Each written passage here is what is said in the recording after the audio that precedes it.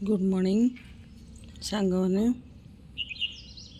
बर्तमान 7टा कहीं घर ओलावली सारिकी फिर छत उपरको आसला बेलू आज टे डेरी होगला।